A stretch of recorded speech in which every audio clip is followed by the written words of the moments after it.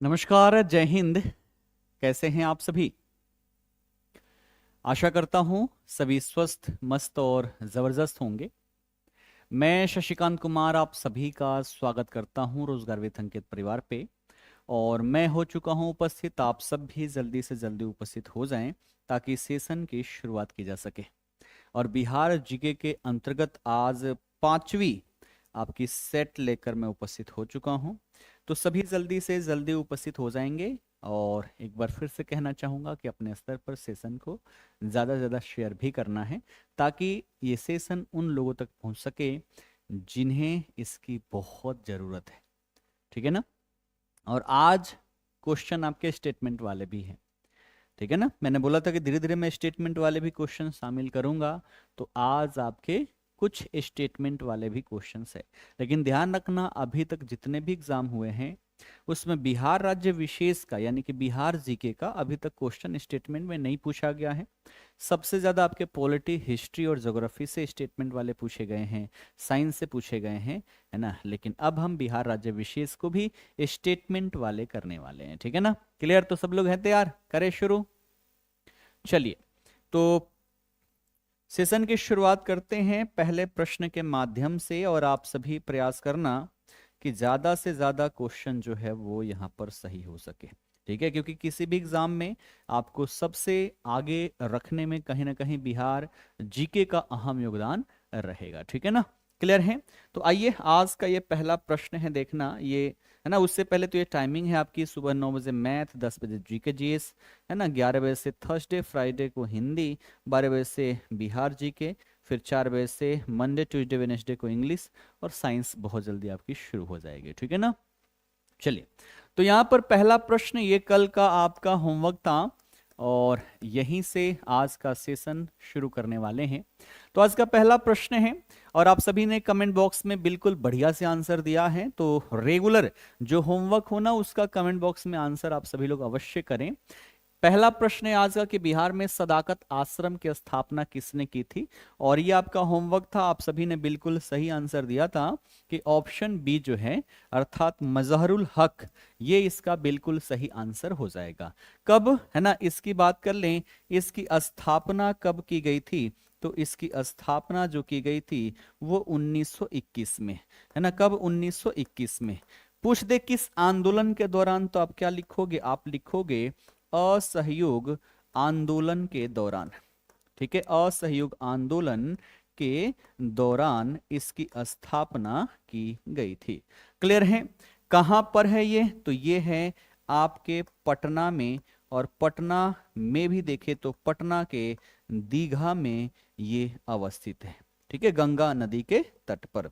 क्यों स्थापित किया गया था? तो इस आंदोलन के दौरान जो भी छात्र हैं, है ना, जो भी छात्र छात्राएं, जो आंदोलन से जुड़े हुए लोग हैं, उनको एक स्थान दिया जा सके, इस उद्देश्य से इसकी यहाँ पर शुरुआत की गई थी। यहीं से मजहरुल हक के द्वारा एक न्यूज़पेपर जो है ना, एक न्यूज़पेपर जो है, न्यूज़पेपर का प्रकाशन किया गया, जो कई बार क्वेश्चन पूछा गया है। क्या नाम था? नाम था द मदरलैंड। ठीक है? तो द मदरलैंड नामक जो समाचार पत्र है उसका प्रकाशन भी यहीं से किया गया था।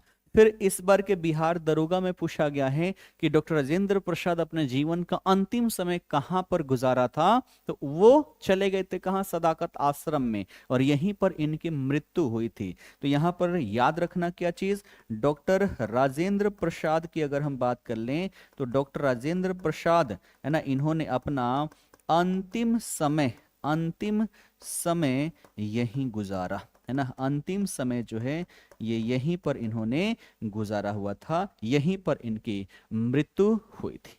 ठीक है? बड़े आगे चलो, अगला देखते हैं। अगला कि मुजफ्फरपुर बम कांड का संबंध किससे है? ये क्वेश्चन बार बार पूछे जाते हैं ना। मुजफ्फरपुर बम कांड, आप सबको पता होगा कि आप सबको पता होगा कि एक ऐसा जज था, क्या नाम था उसका? किंग्सफोर्ड, जो हमारे क्रांतिकारी गतिविधि से जुड़े हुए लोग थे उनको बड़ा कठोर सजा देता था दहशत में लाने के लिए। अब ऐसी स्थिति में हमारे जो क्रांतिकारी लोग थे इनका ब्रह्मांड हिल गया कि बेटा बड़ा खतरनाक आदमी है, इसको जीने का कोई अधिकार ही नहीं है। और इसी को मारने के लिए इसको जो बग्घी थी, बग्घी पर बम फेंकना था, जिसके लिए दो लोगों का चुनाव हुआ, एक खुदीराम बोस और दूसरे प्रफुल्ल चाकी।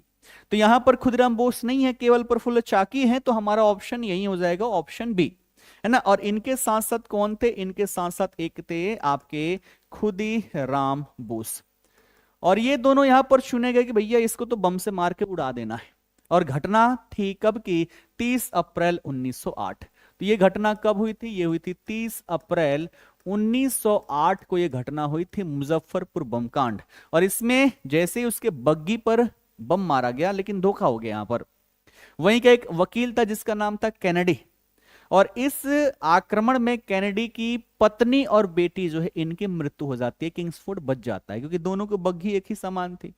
जैसे बग्घी से वो गया था, वैसी बग्घी वापस आई तो सोचे कि वही है, और यहां पर मार दिए। तो मृत्यु किसकी हुई, कैनेडी की पत्नी और बेटी की। ठीक है, तो ध्यान रखना यहां पर अटैक किसके लिए हुआ था, तो जो जज था क्या नाम था उसका, उसका नाम था किंग, है ना, किंग्सफोर्ड। लेकिन मरा कौन, कैनेडी। तो ध्यान रखना यहां पर जज किंग्सफोर्ड जो है इसकी हत्या का प्लान था, लेकिन मृत्यु किसकी हो गई, मृत्यु हो गई कैनेडी। और ये कैनेडी के बारे में पूछा गया है, पिछला वाला जो दरोगा एग्जाम हुआ था ना, वहां पर पूछा गया था कि उसके स्थान पे किसकी यहां पर मृत्यु हो जाती है। ठीक है ना, ये ध्यान रखना। अब इन दोनों में से जो प्रफुल्ल चाकी थे, ये सोचे कि भैया हमें गिरफ्तार नहीं होना अंग्रेजों से, और इन्होंने वहीं पर क्या की, खुद को गोली मार लिए, है ना। इन्होंने क्या किया, खुद को गोली मार लिया कि भैया हम अंग्रेजों के हाथों तो गिरफ्तार नहीं होने वाले। और वहीं खुदीराम बोस जो हैं ये यहां पर क्या हो जाएंगे, इनको अंग्रेज जो है ये गिरफ्तार कर लेंगे, और गिरफ्तार करने के बाद इनको फांसी दे दिया जाता है। ठीक है, तो प्रफुल्ल चाकी ने गोली मार ली और इनको पकड़कर फांसी दे दी जाती है 11 अगस्त 1908 को। कब, तो ध्यान रखना 11 अगस्त 1908 को इनको फांसी दे दी जाती है। क्लियर है, चलो बढ़े आगे। अगला देखो, अगला कह रहा है स्टेटमेंट वाले आगे। अब करना इसका सही से पढ़ के आंसर। पहला कह रहा है कि मगध साम्राज्य के उत्कर्ष के संदर्भ में निम्नलिखित कथनों पर विचार करें। पहला दे रखा कि बिंबिसार ने वैवाहिक संबंधों के माध्यम से अपने साम्राज्य का विस्तार किया। दूसरा है अजातशत्रु ने वैशाली के विरुद्ध युद्ध में रथ, मूसल और महाशिलाकंटक जैसे हथियारों का प्रयोग किया। और तीसरा है उदयन ने मगध की राजधानी राजगृह से वैशाली स्थानांतरित की। क्या होगा इसका सही आंसर, आप सभी लोग बताओगे। ठीक है, क्या हो जाएगा इसका सही आंसर, मगध के उत्कर्ष के संदर्भ में कौन सा कथन यहां पर, है ना, सही पूछ रहा है। चलो ए के साथ सभी लोग जा रहे हैं ना, सभी लोग यहां पर ऑप्शन ए के साथ जा रहे हैं। आओ देखते हैं इसका सही आंसर क्या होगा। पहला कह रहा है कि बिंबिसार ने वैवाहिक संबंधों के माध्यम से अपने साम्राज्य का विस्तार किया। ये स्टेटमेंट जो है बिल्कुल सही है ना। वैवाहिक संबंधों में देखा जाए कहां कहां, तो कौशल की राजकुमारी से विवाह होगा, ठीक है, उसके बाद लिच्छवी की राजकुमारी से विवाह होगा वज्जी संघ के साथ, और दूसरा देखे तो मद्र राजकुमारी से विवाह होगा। तो पहला स्टेटमेंट बिल्कुल सही है।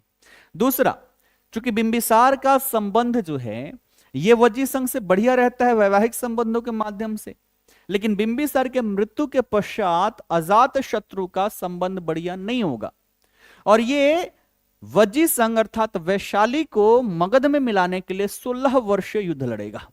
कौन सा, तो अजात शत्रु कौन सा, 16 वर्षीय युद्ध लड़ता है। कारण क्या है, वज्जी संघ बड़ी शक्तिशाली थी, 8 गणराज्यों का समूह हुआ करता था। तो सबसे पहले तो अपने मंत्री वत्सकार की सहायता से सब में फूट डलवा दी और सबको एक एक करके यहां पर पराजित करते चला। और इस युद्ध के दौरान इसने एक विशेष प्रकार के हथियारों का प्रयोग किया। एक था रथ मूसल, दूसरा है महाशिलाकंटक। और ये वाली लाइन जो है ये आपकी बीपीएससी में पूछी गई है। तो दूसरी स्टेटमेंट भी क्या है, बिल्कुल सही है। ठीक है ना। उसके बाद कह रहा है तीसरा कि उदयन ने मगध की राजधानी राजगृह से वैशाली स्थानांतरित की। यह बात सही है कि उदयन ने राजधानी जो है वो स्थानांतरित किया था, लेकिन राजगृह से वैशाली नहीं, कहां पर, पाटलिपुत्र। कहां पर, तो इसने पाटलिपुत्र को अपनी राजधानी बनाई थी। इसलिए तीसरा स्टेटमेंट हमारा क्या है, गलत है। तो पहला दूसरा सही है, तीसरा स्टेटमेंट गलत है। और इस आधार पर देखे सही पूछ रहा है, सत्य पूछ रहा है, तो हमारा ऑप्शन कौन सा सही हो जाएगा? यहां पर हो जाएगा आपका, है ना, पहला और दूसरा, अर्थात ऑप्शन है। आप सबका तो बी दिख रहा था, है ना, शुरू में तो बी दिखा था ना, ऐसा था क्या? ऑप्शन ए वाले यहां पर क्या है, बिल्कुल सही है। ठीक है, अब बात करें यहां पर क्या चीज, ये किस वंश से जुड़े हुए हैं, तो हमने यहां पर बात कर ली हर्यक वंश की। किसकी? हर्यक वंश की हमने बात कर ली। और हर्यक वंश का संस्थापक देखे तो संस्थापक कौन है? वो है बिंबिसार। ठीक है, कौन? बिंबिसार है। हर्यक वंश को ही और किस नाम से? तो इसी को पितृहंता वंश के नाम से जानते हैं। कौन से? तो पितृहंता वंश के नाम से जानते हैं। तो ये बात भी आप सभी लोग ध्यान में रखिएगा। ठीक है, बढ़े आगे। चलो अगला प्रश्न। अगला कह रहा है कि किस गुप्त शासक को भारत का नेपोलियन कहा जाता है? भारत का नेपोलियन किसे कहा जाता है? श्रीगुप्त को, चंद्रगुप्त प्रथम को, समुद्रगुप्त को, या फिर स्कंदगुप्त को? क्या हो जाएगा इसका सही आंसर? चलो, कोई बी कह रहा है, कोई डी कह रहा है, कोई सी। अच्छा, इतनी गलती? इसमें भी गलती अगर होगा तो फिर कैसे सोचोगे कि हम सही मार्क्स ले आएंगे, हम कट ऑफ के दायरे में आएंगे? गलती वालों थोड़ा सा सुधर जाओ। ये क्वेश्चन एक बार नहीं कई बार पूछा गया है। अगर हम बात करें भारत का नेपोलियन, तो भारत का नेपोलियन समुद्रगुप्त को कहा जाता है। किसको कहा जाता है? तो भारत का नेपोलियन समुद्रगुप्त को कहा जाता है। क्यों कहा जाता है? तो समुद्रगुप्त की जो अपराजित सैन्य विजय था, अपराजित सैन्य विजय का मतलब कि ये कभी हारा ही नहीं, और साथ ही साथ इसकी जो विस्तारवादी नीति रही है, इसी कारण से इसे भारत का नेपोलियन कहा गया है। और किसने कहा है? तो एक इतिहासकार है V.A. स्मिथ। V.A. स्मिथ के द्वारा इसे भारत का नेपोलियन कहा गया है। ठीक है, V.A. स्मिथ। ठीक है, क्यों कहा? तो इसकी विजय अभियान, ठीक है, इसकी जो विजय अभियान रही है, इसका जो साम्राज्य विस्तार का अभियान रहा है, इस कारण से इसे कहा गया है। और ये जो विजय अभियान है, पूछा गया है कि इसका वर्णन कहां पर मिलता है, तो आप क्या लिखोगे? आप लिखोगे प्रयाग प्रशस्ति लेख में। कहां पर? प्रयाग प्रशस्ति लेख में मिलता है। फिर कई बार पूछा गया है ये प्रयाग प्रशस्ति लेख का लेखक कौन है? तो लेखक कौन है आप क्या लिखोगे? आप लिखोगे हरिसेन। कौन? तो हरिसेन लेखक है। और हरिसेन कौन है? तो समुद्रगुप्त का दरबारी कवि। कौन है ये? तो ये है समुद्रगुप्त का दरबारी कवि। ठीक है, समुद्रगुप्त का ये दरबारी कवि है हरिसेन, जिसके द्वारा ये लिखा गया है। ठीक है, इलाहाबाद स्तंभ लेख भी इसे कहा जाता है। ठीक है, अब इससे और क्या चीज, तो देखो इसने जो सिक्के चलाए थे ना, समुद्रगुप्त ने जो सिक्के चलाए, इस पर वीणा बजाते हुए इसे दिखाया गया है। ठीक है, यानी कि इससे क्या निकल के सामने आता है कि समुद्रगुप्त जो था ये संगीत प्रेमी था, है ना। तो सिक्कों पर वीणा बजाते हुए, है ना, यहां पर लिख लेना, सिक्कों पर वीणा बजाते हुए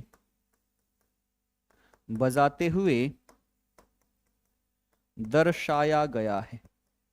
ठीक है, तो ये क्या था? ये संगीत प्रेमी था। ठीक है ना, ये संगीत प्रेमी था। इसी को एक उपाधि के नाम से जाना जाता है, इसको कविराज कहा जाता है ना। इसी को क्या कहते हैं?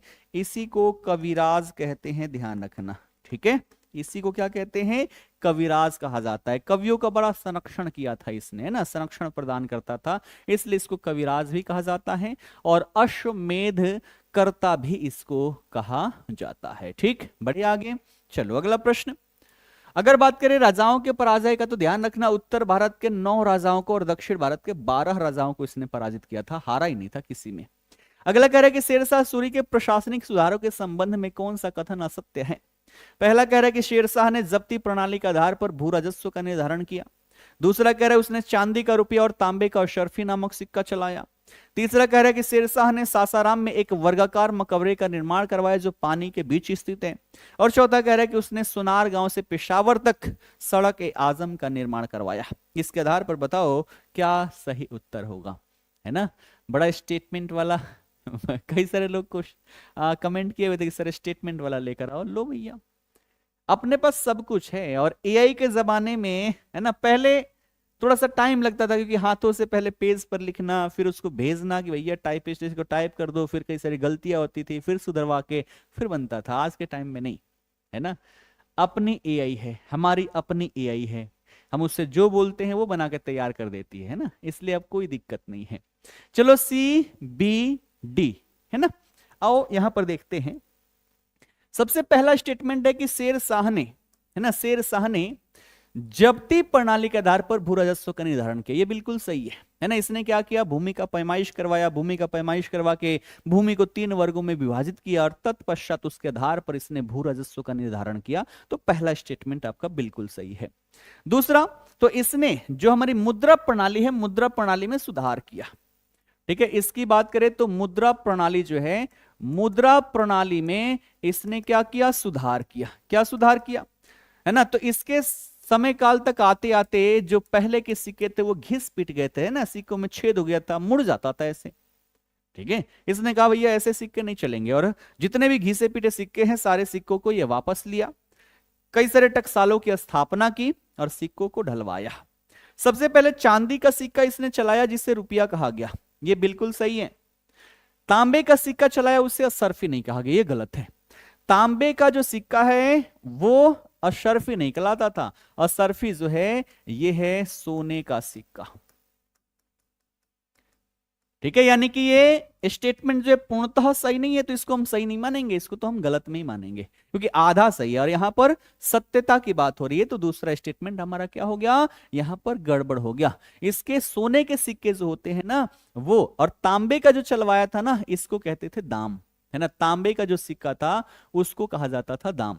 तो चांदी का रुपया चलाया, तांबे का दाम, और इसके टाइम पीरियड पर जो सोने के सिक्के हुआ करते थे उसे असरफी कहा जाता था। तो दूसरा स्टेटमेंट हमारा गलत। आओ तीसरे पर चलते हैं। तीसरा कह रहे कि शेर शाह ने सासाराम में एक वर्गाकार मकबरे का निर्माण करवाया जो पानी के बीच में स्थित है। यह भी स्टेटमेंट पूर्णतः सही नहीं है, क्योंकि हमने कई बार पढ़ा हुआ है कि ये जो मकबरा है ये वर्गाकार नहीं है, ये अष्टभुजाकार है। कैसा है, तो ये है अष्टभुजाकार। ठीक है, यानी कि कैसा है, तो भैया ऐसा ना है, ये इस प्रकार से है ना, इस प्रकार से देखे तो 8 भुजा, मेरे से सीधा सीधा नहीं बन पा रहा, बट समझ लेना। ठीक है, कैसा है, अष्टकोणीय है, अष्टभुजाकार। इसको अष्टकोणीय लिख लो तो ज्यादा समझ में आएगा। ठीक है, अष्टकोणीय यानी कि इसमें कितने 8 कोण है, 8 भुजाएं होंगी तभी तो 8 कोण होगा। तो अष्टकोणीय यहां पर मकबरा बनवाया। ठीक है, और ये पानी के बीच में स्थित है, तो ये भी पूर्णतः सही नहीं है। तीसरा स्टेटमेंट भी गलत हो गया। ठीक है ना, अगला देखो। चौथा कह रहे कि उसने सोनार गांव से पेशावर तक सड़क ए आजम का निर्माण करवाया। ये बिल्कुल सही है। सड़क ए आजम जिसे शेर शाह सूरी मार्ग भी कहा जाता है ना, इसी को शेर शाह सूरी मार्ग भी कहा जाता है। और आगे चलकर ब्रिटिश काल में इसका नाम रख दिया गया ग्रैंड ट्रंक रोड। ठीक है, जिस शॉर्ट में हम नॉर्मली जीटी रोड कह लेते हैं। और ये देखा जाए तो ये बंगाल के सोनारगांव से सिंध के पेशावर तक जाता था। चौथा स्टेटमेंट सही है। ठीक है, तो 1 और 4 सही है। क्या पूछ रहा है, कौन सा कथन असत्य है, तो असत्य है 2 और 3, अर्थात यहां पर ऑप्शन बी हमारा सही होगा। ठीक है ना, तो स्टेटमेंट वाले देख लो, यहां पर जब तक ब्रॉड नॉलेज नहीं होगा, गहराई के साथ नहीं पढ़ोगे, स्टेटमेंट वाला आप गलत कर ही लोगे। ठीक है, अब बात करें इसका मकबरा कहां पर है। कई बार क्वेश्चन पूछा गया, क्या बताओगे, सासाराम में है। इसने एक व्यवस्था शुरू की थी, पट्टा और कबूलियतनामा, यानी कि किसानों को जमीन पट्टे पर दे दिया जाता था, उसके बदले में किसान जो है कबूलियतनामा पर साइन करके देता था। इससे क्या, तो किसान भूमि का मालिक जैसे लीज पर ले लिया, है ना, उसी को हिंदी में पट्टा कहते हैं। तो 10 साल फिक्स है कि भैया आपके पास रहेगा लीज वाला, तो उसमें क्या करोगे, अपना बढ़िया काम करोगे। ठीक है, और बात करें इसके युद्धों की, तो शेर शाह 2 युद्ध लड़ता है हुमायूं के साथ। एक चौसा का युद्ध 1539 में और कन्नौज का युद्ध 1540 में, है ना। तो इसके युद्ध से भी बार बार क्वेश्चन पूछे जाते रहे हैं। 1539 में कौन सा, चौसा का युद्ध लड़ेगा, और 1540 में ये कन्नौज या बेलग्राम का युद्ध लड़ेगा, और दोनों युद्धों में हुमायूं को ये पराजित करता है। फिर पूछा गया है कि इसका बचपन का नाम, क्या पूछा गया है, पूछा गया है इसके बचपन का नाम। तो इसके बचपन का नाम जो है वो है फरीद खान। क्या है, फरीद खान इसके बचपन का नाम है। ठीक है ना। जितनी डेटा हो सकती है वो सारी डेटा मैं यहां पर देने का प्रयास कर रहा हूं। ध्यान रखना अभी हमारा एग्जाम नहीं है, एग्जाम में टाइम है, इसलिए प्रश्नों की संख्या पर मत जाना, यहां पर डिटेल में जाना, जो यहां पर डिटेल में मैं दे रहा हूं। जितने मैंने लिखा है ना इसमें से 80% आपके क्वेश्चन पूछे जा चुके हैं। ठीक है, तो कोई नहीं कहेगा कि सर से ज्यादा क्वेश्चन कराओ, नहीं, हम यहाँ पर डिटेल ज्यादा करेंगे, है ना, जितना ज्यादा डिटेलिंग हो सकता है उतना। अगला देखो, कह रहा है कि तृतीय बौद्ध संगति किसके संरक्षण में हुई थी, अशोक, कनिष्क, अजातशत्रु या फिर हर्ष, बताओ। तीसरी बौद्ध संगति, तीसरी बौद्ध संगति कब हुई थी, तो ये हुई थी 250-49 बीसी में, कहीं पर 251-50 में मिलता है। ठीक है, तो अब बात करें यहां पर कौन हो जाएगा इस आधार पर, तो इस समय काल पर जो शासक रहा वो रहा यहां पर अशोक। ये अशोक का शासन काल है, किसका, तो ये अशोक का शासन काल है, इसलिए हमारा आंसर जो होगा अशोक होगा। ऑप्शन ए हमारा सही आंसर हो जाएगा। ठीक है ना। तीसरी बौद्ध संगति, ठीक है, कहां पर हुआ, तो ये हुआ पाटलिपुत्र में। कहां पर हुआ, तो पाटलिपुत्र। बात करें इसकी अध्यक्षता, यानी कि यहां पर अध्यक्ष कौन रहे, वो रहे मोगलीपुत्र तीस, है ना, कौन, मोगलीपुत्र तीस यहां पर अध्यक्ष रहते हैं। यहां पर बात करें क्या विशेष हुआ, तो यहां पर है ना, ध्यान रखना कि जो हमारा तीसरा पिटक है जिसे अभिधम्म पिटक कहते हैं, अभिधम्म पिटक का संकलन होगा। यहां पर क्या होगा, अभिधम्म पिटक का संकलन होगा। ठीक है, और ये संकलन किसने, है ना, ये संकलन किसने, तो मुगलीपुत्र तीस ने किया था। अब बात करें अभिधम्म पिटक क्या है, तो ये है बौद्ध धर्म की दार्शनिक व्याख्या। क्या है, बौद्ध धर्म की दार्शनिक व्याख्या, है ना, यानी कि बौद्ध धर्म का क्या है, ये दर्शन है। कोई जानना चाहता है कि बौद्ध धर्म है क्या, तो वो अभिधम्म पिटक पढ़ेगा। और ध्यान रखना एक बार दरोगा में पूछा गया है, ये जो है ना, ये प्रश्नोत्तरी फॉर्मेट में है ना, प्रश्नोत्तरी प्रारूप में। ठीक है, यानी कि प्रश्न आंसर है, एक व्यक्ति प्रश्न पूछ रहा है, दूसरा व्यक्ति यहां पर आंसर दे रहा है, तो प्रश्नोत्तरी फॉर्मेट में है हमारा अभिधम्म पिटक। तो 3 पिटकों में से एक पिटक हो गया हमारा अभिधम्म पिटक, जिसका संकलन तीसरी बौद्ध संगति के दौरान हुआ था, जिसका संरक्षण अशोक के द्वारा दिया गया था। ठीक है ना, क्लियर है, ये बातें समझ में आ गई। बाकी बौद्ध धर्म के संस्थापक आप सबको पता ही होगा, है ना, बौद्ध धर्म के संस्थापक पता ही होगा, ये सब आपके क्वेश्चंस बार बार पूछे गए हैं। अगला देखो, अगला कह रहा है स्टेटमेंट वाला है, चंपारण सत्याग्रह से है, सही से पढ़ना फिर आंसर करना। कह रहा है कि चंपारण सत्याग्रह के बारे में निम्नलिखित कथनों पर विचार करें। पहला कथन है कि राजकुमार शुक्ल ने कांग्रेस के सूरत अधिवेशन में गांधी जी को चंपारण आने का निमंत्रण दिया था। दूसरा कह रहा है कि इस आंदोलन का मुख्य कारण तिनकठिया प्रणाली थी, जिसमें किसानों को 3/10 भाग पर नील की खेती करनी पड़ती थी। और तीसरा है गांधी जी के साथ इस आंदोलन में डॉक्टर राजेंद्र प्रसाद और अनुग्रह नारायण सिंह भी शामिल थे। और इसके आधार पर कह रहा है कि सत्य कथन चूज करें। बताएं क्या होगा इसका सही आंसर, है ना, सही उत्तर जो है, सही उत्तर आप सभी को यहां पर देना है। चलो CDA, है ना, CDA मैक्सिमम जो है यहां पर C वाले हैं, उसके बाद से दूसरा ज्यादा वोटिंग जो है वो D है, और कुछ लोग यहां पर A है। आओ देखते हैं। ठीक है ना, सबने दे लिया, चेक करना किसके कितने सही हो रहे। स्टेटमेंट वाले में आप लोग हीरो हो कि नहीं हो देखना। स्टेटमेंट वाले हम तभी बढ़िया सॉल्व कर पाते हैं जब हमें गहराई में नॉलेज हो, है ना, ऊपर ऊपर पढ़ने से, 1-2 बार पढ़ने से गलती होगी ही होगी। आओ देखते हैं।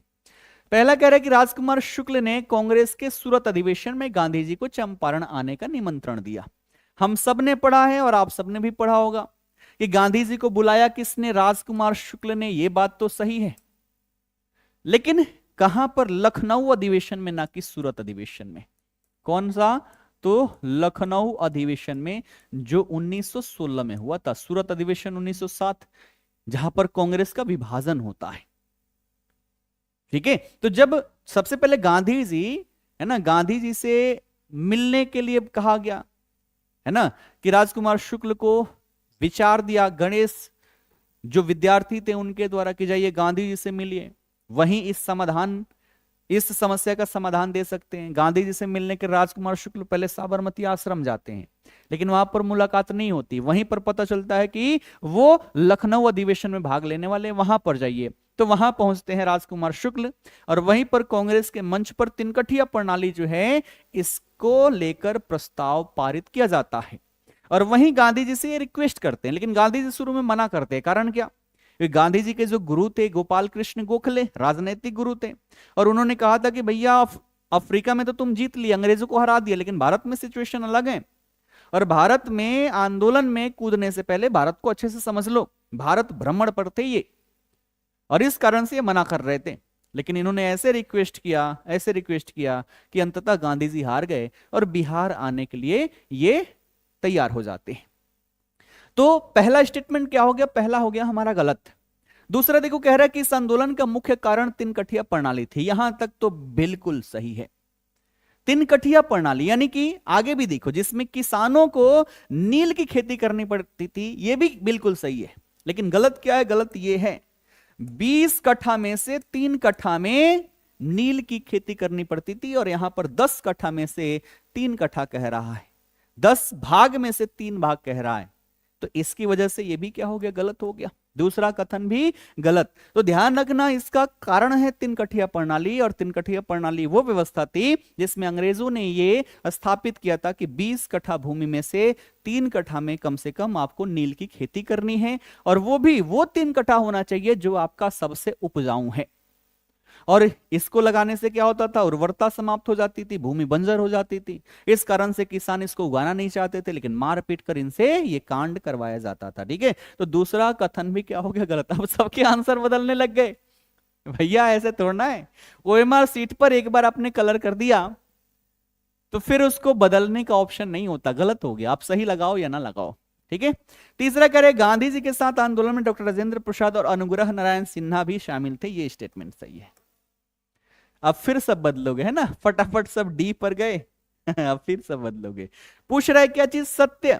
तो सत्य तो केवल 3 है, और केवल 3 किस में है? ऑप्शन ए में। लगाओ। कई बार आंसर बदले फिर भी गई भैंसिया पानी में, है ना? ये सवाल आता तो है, फिर भी स्टेटमेंट वाला गलत हो जाता है। इसलिए मैंने बोला है कि गहराई से नहीं पढ़ोगे, कॉन्फिडेंस नहीं होगा किसी चीज पर, तो स्टेटमेंट वाला गलत कर ही लोगे। ठीक है, तो देख रहे हो मैंने स्टेटमेंट चूंकि बनाई तो ये एआई है, लेकिन इसमें मैंने परिवर्तन किया है। एआई पूर्णतः ऐसे नहीं बना पाई, इसमें मैंने खुद से परिवर्तन किया है, फिर चीजें यहां पर डाली हुई है, जिस कारण से आप थोड़े से धोखे में जाओ। और आयोग भी तो यही चाहती है ना कि आपको धोखे में लेकर जाए, आप सही कर ही ना पाओ, तभी तो कंपटीशन यहां पर कम होगा। और बिल्कुल वही चीजें मैं यहां पर आपको दिखा रहा हूं। ठीक है ना? आओ बढ़ते हैं आगे। अगला कह रहा है, इंडिका नामक पुस्तक के लेखक कौन है? फाहियान, मेगास्थनीज, वेनसांग या फिर इत्सिंग? बताओगे? ये जो इंडिका नामक पुस्तक है, इस पुस्तक के लेखक कौन है ना? इंडिका नामक पुस्तक के लेखक कौन है? क्या हो जाएगा? इसमें तो गलती नहीं होगी, यहां पर तो सभी के सभी बाजी मार जाओगे। ठीक है ना? चलो बी के साथ सब जा रहे हैं। बी जो है मेगास्थनीज, जो कि बिल्कुल सही आंसर है। ठीक है, मेगास्थनीज के बारे में क्या क्या पूछा गया वो हमने कल भी डिस्कस किया था, लेकिन फिर भी प्रश्न आया तो हल्के में थोड़ा सा फिर से डिस्कस कर दूं, तभी तो जितना ज्यादा रिवीजन उतना चीजें खोपड़िया में। ठीक है, तो मेगास्थनीज जो है ये किसका राजदूत था? ये था सेलुकस निकेटर का। सेलुकस निकेटर का राजदूत। और जो लिख रहा हूं ना, ये सब पूछे जा चुके हैं। ठीक है, फिर पूछा गया है क्या चीज? किसके दरबार में आया था? ये पूछा जा चुका है, तो क्या लिखोगे? चंद्रगुप्त मौर्य के दरबार में। चंद्रगुप्त मौर्य के ये दरबार में आया था। ठीक है, फिर बीपीएससी में पूछा गया है, भारतीय समाज को कितने? तो 7 वर्गों में बांटा। इसके अनुसार जो भारतीय समाज थी उस समय काल पर, भारतीय समाज वो 7 वर्गों में बटी थी, है ना? 7 वर्गों में ये बटी थी। ठीक है, इसने क्या कहा भैया? पाटलिपुत्र का, है ना, पाटलिपुत्र के सौंदर्य का वर्णन किया है इसने, है ना? सौंदर्य का वर्णन किया है। कहा है कि भैया पाटलिपुत्र की सुंदरता देख के ऐसा लगता है कि इसे तो मानव ने बनाया ही नहीं होगा, है ना, इसे स्वयं ईश्वर जो है, ईश्वर आकर यहां पर बनाए होंगे। ठीक है, पाटलिपुत्र को क्या बोला है, ये पाली ब्रोथा, कल हमने बात किया था ना, है ना, पाली ब्रोथा। फाहियान की बात करें तो ये चंद्रगुप्त द्वितीय के समय काल पर आता है ना। वेनसांग की बात करें तो ये किसके, तो ये हर्षवर्धन के समय काल पर आता है। तो ये सारी चीजें यहां पर बार बार पूछी गई है। और अगर क्वेश्चन पूछ ले कि निम्न में से कौन सा है जो मौर्यकालीन अर्थव्यवस्था, है ना, वहां का नगर प्रबंधन, ठीक है, वहां के लोगों का विवरण, वहां के समाज के बारे में जो बताता है, तो आप क्या लिखोगे, इंडिका। और इंडिका बात करें तो अभी इसका मूल स्वरूप हमारे पास नहीं है, ये देखा जाए जला हुआ स्थिति में मिला हुआ है। लेकिन इस इंडिका को पढ़कर बहुत सारे लोगों ने इतिहास लिखा, तो हम वहां से डेटा को निकालकर इसके बारे में अच्छे से जान पाते हैं। ठीक है ना। अगला देखो, अगला स्टेटमेंट वाला फिर से, कि मगध के शासक बिंबिसार के संबंध में निम्नलिखित कथनों पर विचार करेंगे। पहला कथन है कि बिंबिसार को श्रेणिक के नाम से जाना जाता था। दूसरा है कि उन्होंने अपनी राजधानी गिरिव्रज को बनाया था। तीसरा है कि बिंबिसार ने अंगदेश के शासक ब्रह्मदत्त को हराकर उसे मगध में मिला लिया था। अब इसके आधार पर आप सभी से पूछ रहा है कि सत्य कथन कौन सा है वो बताएं। ठीक है, सत्य कथन। हाँ देखो, पुस्तक से भी क्वेश्चन पूछे जाते हैं, अभी आगे भी क्वेश्चन है, ध्यान रखना, जहां पर डिस्कशन करनी है। बताओ यहां पर क्या होगा, सही अच्छे से पढ़ना, है ना। अंग को मिला लिया ये तो हमने पढ़ा, लेकिन शासक कौन था अगर ये ना पता हो तो फिर से काम गड़बड़ हो जाएगी। ठीक है ना। चलो, कोई ए कह रहा है, कोई सी कह रहा है, कोई बी कह रहा है, यानी कि स्टेटमेंट में मामला गड़बड़ चल रही है। आओ देखते हैं, एक एक स्टेटमेंट की बात करते हैं। पहला कथन देखे तो ये कह रहा है कि बिंबिसार को श्रेणिक के नाम से भी जाना जाता था। ये बिल्कुल सही है ना। बिंबिसार, अगर इसके उपाधि की बात कर लें तो जैन साहित्य में इसे श्रेणिक कहा गया है। कहां पर, तो ये श्रेणिक शब्द जो है आपको कहां मिलेगा, तो जो हमारे जैन साहित्य हैं, जैन साहित्य में जब भी इसके बारे में चर्चा की गई है वहां पर इसके लिए श्रेणिक शब्द का प्रयोग किया गया है। ठीक है।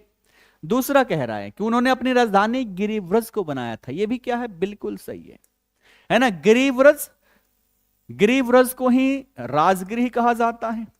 गिरिव्रज इसलिए कहा जाता है क्योंकि ये पांचों ओर से 5 पहाड़ियों से घिरा हुआ था, इसलिए इसको गिरिव्रज कह लिया जाता है, जो इसको प्राकृतिक सुरक्षा प्रदान करता था, जिस कारण से जो दूसरे राज्य के राजा हैं इस पर आक्रमण करने की सोच भी नहीं पाते थे। तो ये इसको प्राकृतिक सुरक्षा प्रदान करता था, इसलिए गिरिव्रज को राजधानी बनाया गया था। ठीक, उसके बाद से तीसरे स्टेटमेंट की ओर चलें तो ध्यान रखना, साम्राज्य विस्तार के लिए इसने वैवाहिक संबंध स्थापित किए। किसके साथ, तो कौशल के साथ, है ना, वज्जीसंघ के साथ और पंजाब का मद्र राजकुमारी के साथ वैवाहिक संबंध। अवंती के साथ देखा जाए तो प्रद्योत सेन जब वहां पर क्या होगा, है ना, अब बीमार होगा तो उसको इलाज करने के लिए भेजता है, तो अवंती के साथ मित्रता का संबंध स्थापित किया जाता है। जीवक उसका इलाज करेगा, बचा लेगा, तो मित्रता। और बगल में जो अंग था, अंग का राजा जो था वो था ब्रह्मदत्त, इस पर आक्रमण करेगा, इसको जीतेगा और जीतकर मगध में मिलाएगा, और वहां पर जो इसका पुत्र था अजातशत्रु, अजातशत्रु को चंपा का उपराजा बनाता है। तो तीसरा स्टेटमेंट भी हमारा बिल्कुल सही है कि बिंबिसार ने अंग देश के शासक ब्रह्मदत्त को पराजित करके उसे मगध में मिला लिया। और फिर यहां का प्रशासक किसे बनाता है, यहां का प्रशासक पूछे या आपसे कहे कि यहां का उप राजा किसे बनाया जाता है, या इंग्लिश में पूछ दे कि यहां का गवर्नर ये किसे बनाता है, तो आप क्या लिखोगे, आप लिखोगे अजातशत्रु। यानी कि अजातशत्रु मगध का राजा बनने से पहले चंपा का गवर्नर था। उदयन मगध का राजा बनने से पहले चंपा का गवर्नर था। और यहां का शासन प्रशासन करते करते अब इसके भी 2-4 बाल जो हैं वो पकने लगे थे। जाके कहा कि पिताश्री, आपके तो सारे बाल पक गए हैं, अब तो पद छोड़ दो, अब तो हमें यहां पर राजा बनने दो, कि क्या चाहते हो कि हमारे भी सारे बाल पक जाएं, उसके बाद ही मैं यहां पर शासक बनूं। इन्होंने कहा कि वेट तो कर लो, मेरे बाद तुम ही तो राजा बनोगे, मरने तो दो, राजा रहते हुए मुझे मरने दो। लेकिन यहां पर कौन, तो बुद्ध का एक भाई थे जिनका नाम था देवदत्त। और देवदत्त ने अजात शत्रु का ब्रेन वॉश कर दिया था। वो बुद्ध के विरोधी थे देवदत्त। एक तरफ बुद्ध यहां पर शांति का संदेश देते थे, अहिंसा का संदेश देते थे, वहीं पर देवदत्त ने पूरा ब्रेन वॉश कर दिया, वहीं भड़का दिया था कि देख लो बुढ़ऊ राजा है, तुम भी बुढ़ा जाओगे, है ना, तुम भी बुढ़ा जाओगे और बूढ़े होने के बाद क्या ही कर लोगे, क्या ही जीवन का आनंद लोगे। और उसी के कहने पर इसने अपने पिता को कैद कर दिया, जहां पर उनकी मृत्यु हो गई। लेकिन जब बुद्ध से ये मिलता है ना, बुद्ध के उपदेशों को जब ये सुनता है, तब जाके इसको पछतावा होता है कि मैंने बहुत बड़ी गलती कर दी। तो बुद्ध में इतनी ताकत थी। ठीक है ना, क्लियर है। तो यहां पर तीनों ही सही है, और जब तीनों ही सही है तो हमारा सही आंसर क्या हो जाएगा, ऑप्शन बी। कहानी सुना रहा हूं, ये सब मजा नहीं आ रहा क्या, ये सब मजा नहीं आ रहा सुधा, है ना, कह रही हो नेक्स्ट, तो नेक्स्ट तो आएगा ही इसके बाद। इतिहास कहानी ही तो है, अगर कहानी की तरह पढ़ना शुरू कर दो कभी आपको बोरिंग फील होगा ही नहीं। ठीक है, अब यहां पर बात करें बिंबिसार की, तो बिंबिसार कौन था, बिंबिसार हर्यक वंश का संस्थापक। एक बार क्वेश्चन पूछा गया है किसके समकालीन है, तो ध्यान रखना बिंबिसार जो है ये बुद्ध के समकालीन है ना, बुद्ध के समकालीन, बिंबिसार भी और अजात शत्रु भी, ध्यान रखना। तो दोनों ही बुद्ध के समकालीन है ना। अच्छा, यहां पर मित्रता रही, ये दोनों ने इनका संरक्षण भी प्रदान किया था। ठीक है ना, क्लियर है। चलो बढ़े आगे। अगला अगला कह रहे कि प्रसिद्ध चीनी यात्री फाहियान किसके शासनकाल में भारत आया था। ये तो अभी अभी इसके बारे में हमने डिस्कस कर लिया, अब तो डाउट होना ही नहीं चाहिए, है ना, अब तो डाउट होना ही नहीं चाहिए। कह रहा है कि फाहियान जो है कौन है, तो पहले तो ये क्वेश्चन पूछा जा चुका है, कौन है ये, तो ये है चीनी यात्री। और फिर पूछा गया है किसके शासनकाल में आया था, कई बार पूछा गया है, प्रश्न पत्र उठाकर देख लो। तो क्या हो जाएगा इसका सही आंसर, है ना, कुछ ए वाले हैं, चंद्रगुप्त। चंद्रगुप्त तो है लेकिन मौर्य नहीं है, चंद्रगुप्त द्वितीय, जिसे विक्रमादित्य के नाम से भी जाना जाता है। ठीक है ना, तो यहां पर क्या हो जाएगा, ऑप्शन बी हमारा सही आंसर होगा, ना कि ऑप्शन ए। कुछ महान चंद्रगुप्त देख के पट्ट से ना ए लगा दिए, और पट्ट से ना आंसर आपका गलत भी हो गया। ठीक है, तो क्या हो जाएगा यहां पर, ऑप्शन बी हो जाएगा, चंद्रगुप्त विक्रमादित्य। कब आया था ये, तो ये आया था 399, है ना, 399 ईस्वी में आया था, और 412 तक रहा था, है ना, 399 ईस्वी से 412 ईस्वी तक ये भारत में रहा, भारत के भ्रमण पर रहा। इसका मूल उद्देश्य क्या था, इसका मूल उद्देश्य था जो बौद्ध धर्म से जुड़ा हुआ हस्तलिपि थी, है ना, जो हाथों से लिखा गया है बौद्ध धर्म के पवित्र चीजें, है ना, उन सबको प्राप्त करना, और साथ ही साथ बौद्ध धर्म से जुड़े हुए जितने भी पवित्र स्थान हैं उन सभी का दर्शन करना, ये इसका मूल उद्देश्य था।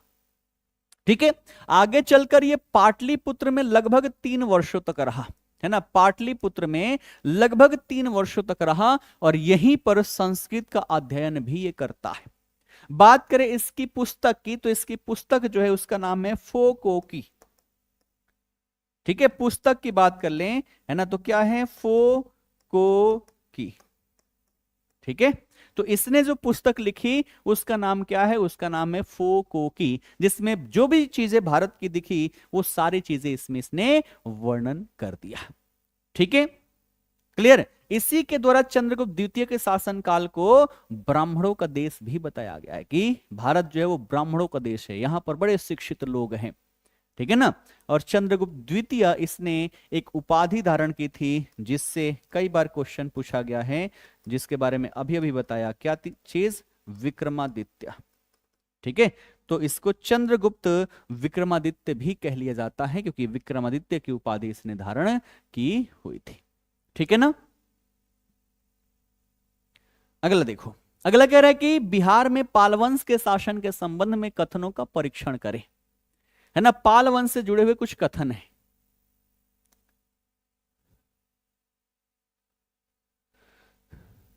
कौन है ये, है ना, कमेंट में लाल इमोजी वाला कौन है,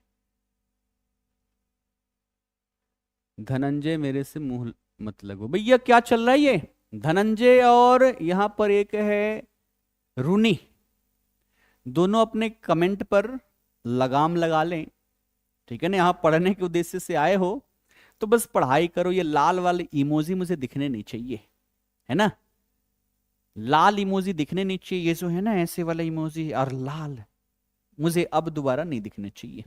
और देखते हैं यहां पर पाल वंश के शासन के संबंध में। पहला कह रहे कि गोपाल पाल वंश का संस्थापक था। दूसरा कह रहा है कि धर्मपाल ने विक्रमशिला विश्वविद्यालय की स्थापना की थी। और तीसरा जो है उदंतपुरी विश्वविद्यालय की स्थापना देवपाल ने की थी। इसके आधार पर आप सभी को सही कथन चूज करना है। बताओ क्या होगा इसका सही आंसर? इसका सही आंसर क्या होगा बताएं? चलो, कोई ए कह रहा है और कोई सी कह रहा है ना। एक दो सबने पढ़ा है, तीसरे में बड़ा कंफ्यूजन है, तीसरे में बड़ा कंफ्यूजन है और यही आपका पूरा का पूरा आंसर उलट के रख देगा। आओ देखते हैं। पहला हमने देखा पाल वंश का संस्थापक, तो वो तो भैया गोपाल था, है ना। जनता के द्वारा ही इसे क्या कर दिया गया? जनता के द्वारा इसे अपना शासक नियुक्त किया गया। ठीक है, तो पाल वंश का संस्थापक गोपाल। ठीक, उसके बाद से आता है यहां पर धर्मपाल।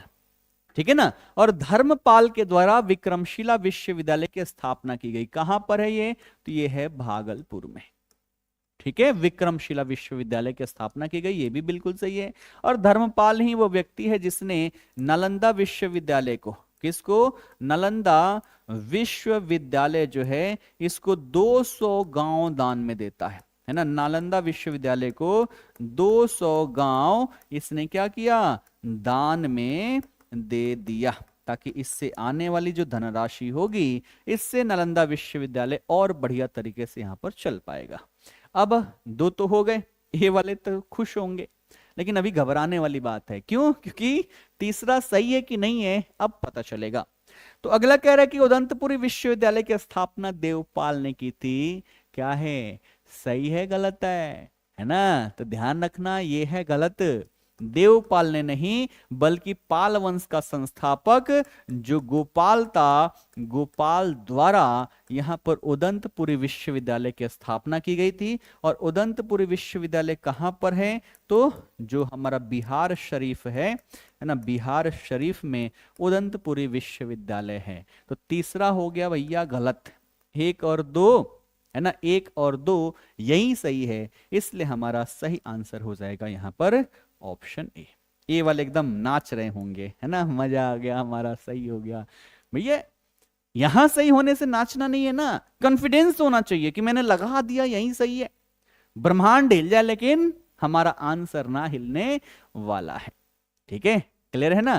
तो यहां पर आप सभी ध्यान में रखिएगा। देवपाल कौन है? इससे एक बार क्वेश्चन पूछा गया है देवपाल से, तो इसको समझ लेना क्या क्वेश्चन पूछा गया है। अगर हम बात करें देवपाल की, तो देवपाल के शासन काल में ही देखा जाए तो नालंदा विश्वविद्यालय के रखरखाव के लिए कुछ गांव दान में दिए गए थे।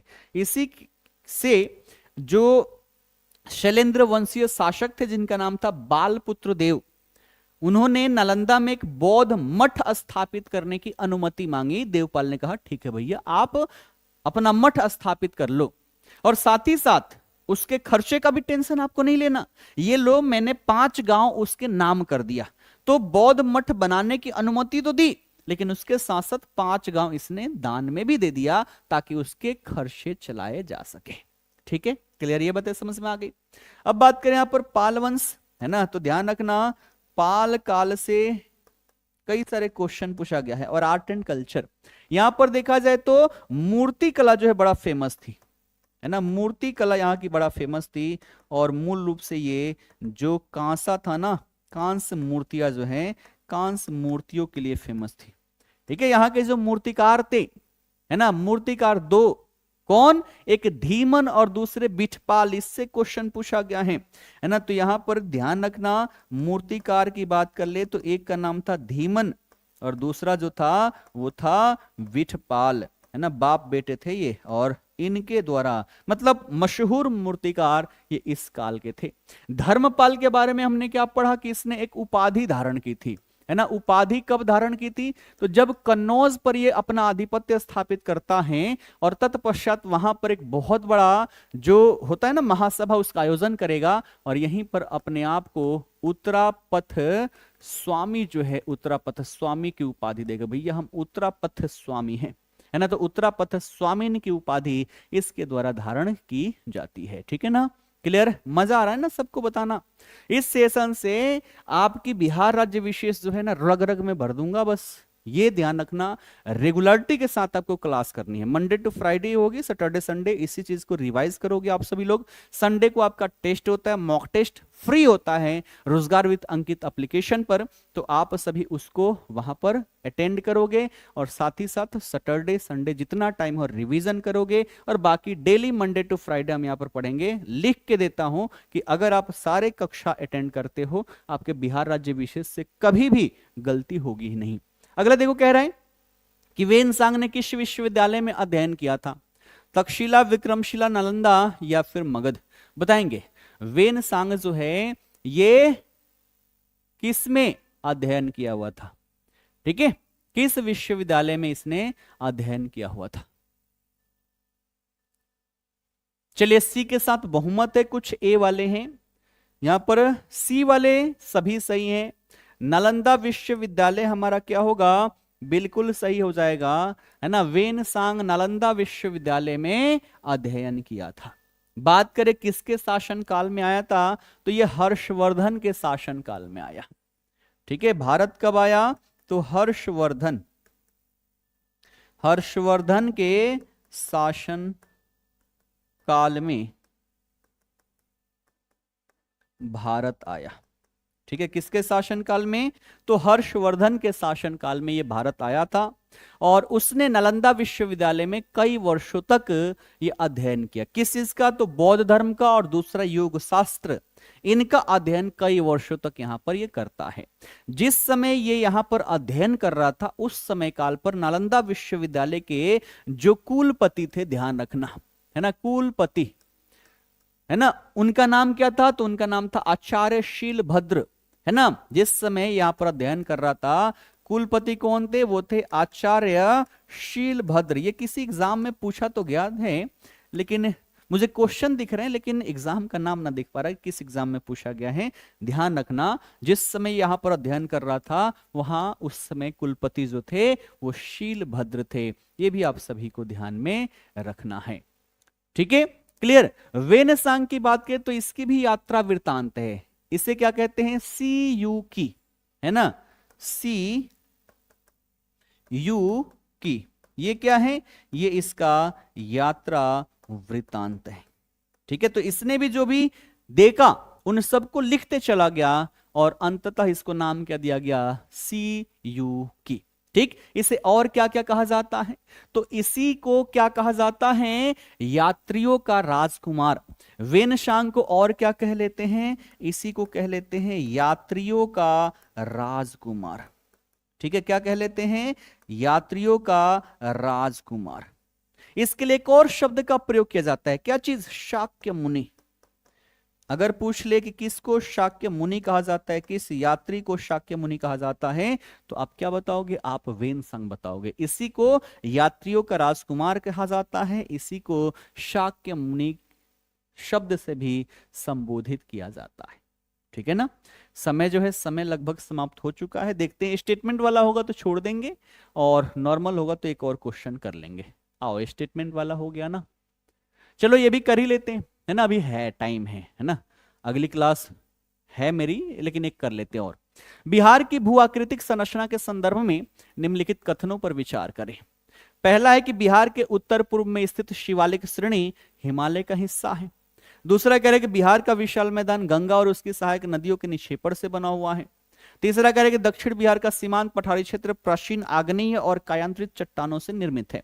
और इसके आधार पर आप सभी को सत्य कथन का चुनाव करना है। बताएं इसका सत्य कथन क्या होगा, इसका आंसर क्या होगा, बताएं। अच्छा, सब थैंक यू कहने लग गए।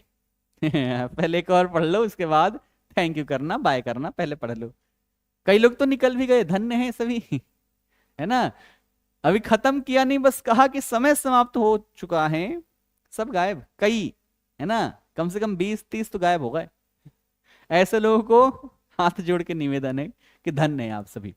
चलिए, यहां पर क्या होगा? सी के साथ सब जा रहे, सी क्या करे? 1 2 3 तीनों ही सही है। आओ देखते हैं, स्टेटमेंट वाले में तो आप सबकी खिचड़ी बन रही है।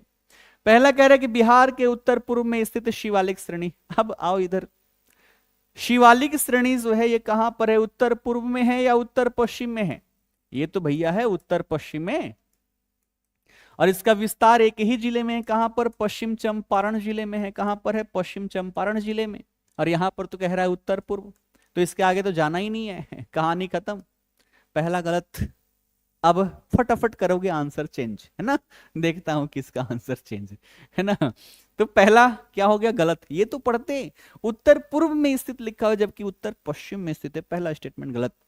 अगला यहां पर बिहार का विशाल मैदान गंगा और उसकी सहायक नदियों के निक्षेपण से बना, ये बिल्कुल सही है ना। गंगा के मध्य मैदानी भाग में, हम कहां पर, तो गंगा का जो मध्य मैदानी भाग है, मध्य, और साथ ही साथ थोड़ा सा जो हमारा पूर्वी जिले हैं वो निचली गंगा के मैदान में स्थित है, लेकिन मूलतः हम देखें तो मध्य गंगा का मैदान जो है, मध्य गंगा के मैदान में हम स्थित हैं। और तीसरा कह रहा है कि दक्षिण बिहार का सीमांत पठारी क्षेत्र प्राचीन आग्नेय और कायांतरित चट्टानों से निर्मित है, ये भी बिल्कुल सही है। सबसे पुराना चट्टान जो है वो है हमारा धारवाड़ क्रम की चट्टानें, और उसके बाद जो है वो है हमारा विंध्यन क्रम की चट्टानें, तो ये हमारी सबसे पुरानी है, बिल्कुल सही है। तो दूसरा तीसरा सही है, पहला गलत है, और सत्य पूछ रहा है तो केवल 2 और 3, अर्थात ऑप्शन बी हमारा सही आंसर हो जाएगा। ठीक है ना, क्लियर है। चलो, घड़ी अगली क्लास के लिए 2 बार और, है ना, दूसरी बार चिल्ला रही है कि भैया क्लास होने वाला है, अगला खत्म करो। ठीक है, तो ये आपका आज का होमवर्क रहेगा, ये आज का होमवर्क रहेगा। होमवर्क क्या है कि मगध पर शासन करने वाला पहला गैर क्षत्रिय वंश कौन सा था, इसका आंसर आप सभी को कमेंट बॉक्स में जाकर देना है। बाकी सेशन को यहीं पर करते हैं समापन, है ना। सेशन कैसा लगा आप सभी अवश्य बताना, मजा आया होगा तो लाइक वाइक करके अवश्य जाना है, ज्यादा ज्यादा शेयर भी करना है, ठीक है ना। बाकी मिलते हैं फिर अगली सेशन में, फिलहाल के लिए आप सभी का बहुत बहुत धन्यवाद।